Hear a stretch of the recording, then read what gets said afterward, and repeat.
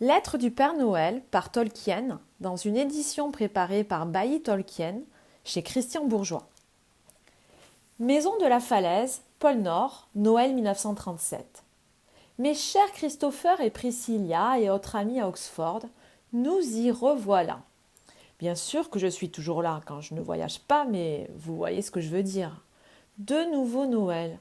Je crois que cela fait 17 ans que je vous écris. Je me demande si vous avez toujours toutes mes lettres. Je n'ai pas été capable de conserver toutes les vôtres, mais j'en ai un certain nombre de chaque année. Nous avons eu une grosse frayeur cette année. Aucune lettre ne nous arrivait. Puis, début décembre, j'ai envoyé un messager connaissant Oxford, mais qui n'y avait pas été depuis longtemps, et il a raconté ceci. Leur maison est vide, tout a été vendu. J'ai eu si peur qu'il soit arrivé quelque chose ou que vous soyez tous allés à l'école dans une autre ville, et que vos parents aient déménagé. Bien sûr, je sais maintenant, le messager s'était rendu dans votre ancienne maison, juste à côté. Il s'est plaint que toutes les fenêtres étaient fermées et que les cheminées étaient toutes bouchées. En fait, j'ai été très heureux de recevoir la première lettre de Priscilla et vos deux gentilles lettres, les listes et indications utiles depuis le retour de Christopher. Je comprends bien qu'il vous est difficile à cause de l'école d'écrire comme vous en aviez l'habitude.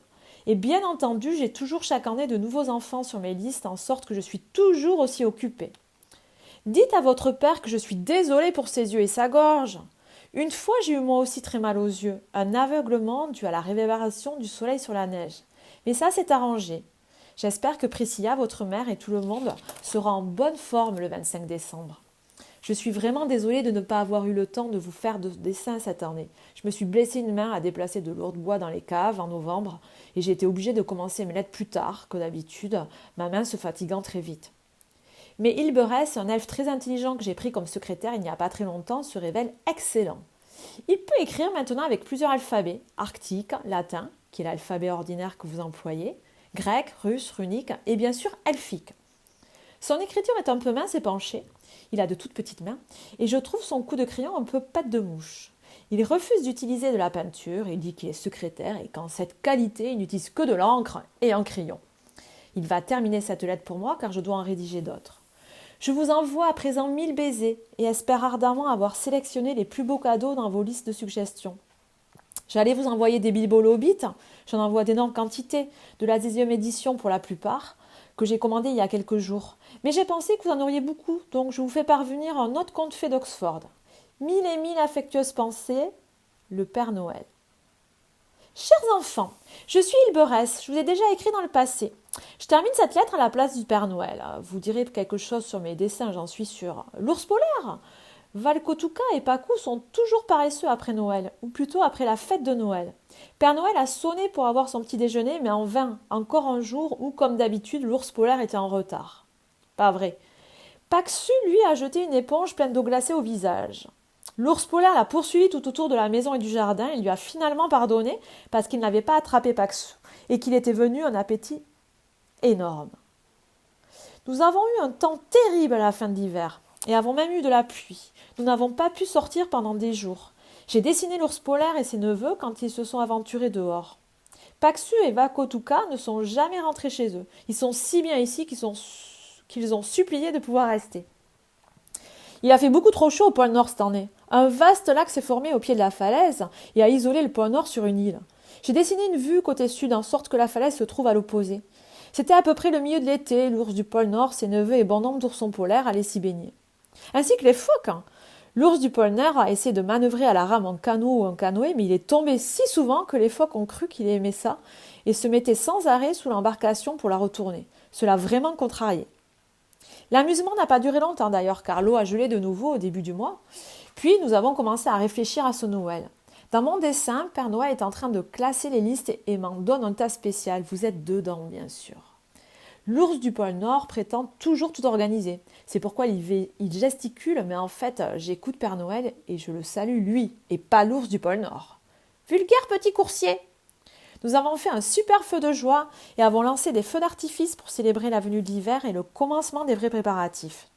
La neige est tombée très drue en novembre et les elfes, les petits garçons des neiges, ont eu des demi-vacances pour faire du toboggan. Les oursons polaires n'y excellaient pas, ils tombaient et la plupart d'entre eux ont décidé de faire des roulades et des glissades.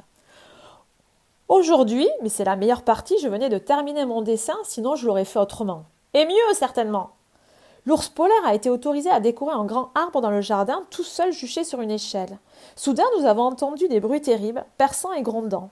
Nous nous sommes précipités dehors pour trouver l'ours polaire suspendu à l'arbre. « Tu n'es pas une décoration !» a dit Père Noël. « Ça n'empêche que je brûle !» a-t-il hurlé. C'était vrai. Nous avons déversé un seau d'eau sur lui. Cela a abîmé une grande partie des décorations, mais ça a sauvé aussi sa fourrure. Ce vieil imbécile d'animal avait posé l'échelle contre une branche au lieu du tronc d'arbre. Puis il s'était dit « Je vais allumer les bougies pour voir si elles fonctionnent ». Malgré l'interdiction, il est donc monté en haut de l'échelle avec un cierge. La branche a craqué juste à ce moment-là. L'échelle a glissé dans la neige, l'ours polaire est tombé dans l'arbre, s'est pris dans un fil, et voilà, sa fourrure a pris feu. Plaisanterie stupide! Heureusement, il était plutôt mouillé, sinon il aurait grésillé. Je me demande si le polaire rôti est bon à manger. Pas si bon qu'un elfe fessé et frit à point. Le dernier dessin est imaginaire par contre, et pas très bon, mais j'espère qu'il se réalisera.